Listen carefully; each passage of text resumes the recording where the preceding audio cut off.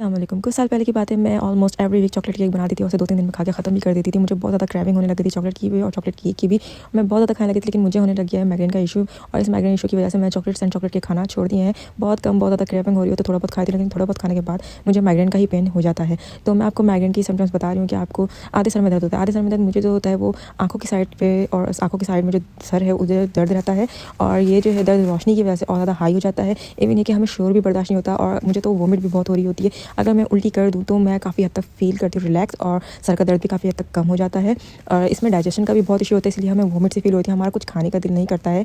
और जो कॉफ़ी है, केक्स होते हैं, चॉकलेट्स होती हैं और स्पेशली ये पीनट्स होती हैं, ये इस पेन को और ज़्यादा हाई कर देती है। इवन ये कि कभी-कभी जो दर्द होता है वो चाय पीने से भी और ज़्यादा हाई हो जाता है। एग्स वगैरह भी इस दौरान आपको बिल्कुल भी सूट नहीं करते हैं। तो इन सब चीज़ों को आप अवॉइड करें। आपको करना क्या है कि आपको अगर भूख नहीं लग रही है तो आप स्मॉल मील्स लें, थोड़ी सी योगर्ट हाज़मे के लिए खा लें, क्योंकि मैंने 1-2 दफ़ा खाई थी हाज़मे के लिए। बट आपको एक्चुअली ये करना है कि सबसे पहले तो आपको स्मॉल मील्स ही लेने हैं और ग्रीन वेजिटेबल्स आपको खानी, जैसे लाइक भिंडी है, तोरी है और लौकी है, टिंडे हैं, पालक है। ये चीज़ें आप खाएँगे तो आपके दर्द में काफ़ी कमी आएगी। साथ ही आप फ्रूट्स खाएँ, फ्रूट्स आपकी सेहत के लिए बहुत ज़्यादा ज़रूरी है। आप ज़रूर फ्रूट्स को खाएँ, अपनी डाइट में डेली डाइट में इसको ज़रूर यूज़ करें। और जो आपके पीनट्स, कॉफ़ीज़, चॉकलेट्स वगैरह हैं, इन सबको अवॉइड करें। अगर आपको स्टिल वोमिटिंग का इशू है, वोमिटिंग का इशू भी इन्हीं चीज़ों से आपका सॉल्व हो जाएगा। माइग्रेन का पेन जो है एक्चुअल में स्ट्रेस की वजह से होता है। अगर आपको स्ट्रेस है तो आपका माइग्रेन का पेन रहेगा, आपकी स्ट्रेस कम हो जाएगी तो पेन भी कम हो जाएगा। लेकिन अपनी डाइट का ज़रूर ख्याल रखें। इसके अलावा होता है स्टमक का पेन। स्टमक का पेन अगर आपको खाना खाने के बाद हो रहा है तो ये आपके स्टमक की वीकनेस की वजह से हो रहा है कि आपका स्टमक जो है वो सही तरीके से एसिड को प्रोड्यूस नहीं कर पा रहा है, इसलिए आपको स्टमक का पेन रहता है। आपको बर्फ नहीं आती होगी अक्सर में, आपको क्रीम भी हज़म नहीं होती। बहुत सी चीज़ होती हैं जिनको आप खा तो लेते हैं लेकिन वो डाइजेस्ट ईज़िली नहीं हो पाती हैं।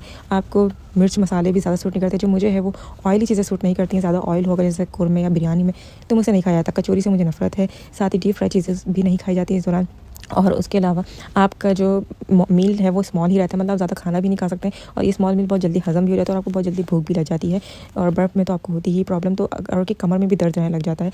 तो अगर आपको स्टमक का इशू सॉल्व करना है तो उसके लिए आपको तलबीना खाएँ। तलबीना मतलब जौ है, उसको आप पकाते हैं, उसमें थोड़ा-सा हनी ऐड करते हैं तो ये होता है आपका तलबीना। मतलब आप जौ खाएँ, तलबीना खाएँ, ये आपके स्टमक के इशू को काफ़ी हद तक सॉल्व करता है। इसके अलावा सब्ज़ की भूसी खाएँगे तो उससे भी आपका स्टमक काफ़ी फ्रेश रहता है। और योगर्ट का यूज़ तो आप हर मील के साथ थोड़ा-सा रखें तो इससे भी स्टमक का इशू सॉल्व रहता है, क्योंकि ये बैक्टीरिया को प्रोड्यूस करने, यानी यूज़फुल बैक्टीरिया को प्रोड्यूस करने में हेल्प करती है और हार्मफुल बैक्टीरिया को किल करती है। और पानी ज़्यादा से ज़्यादा पिएँ। तो स्टमक के इशू और माइग्रेन के इशू के बारे में मैंने आपके साथ इन्फॉर्मेशन की शेयर की है। होप सबको पसंद आएगी। Thank you so much.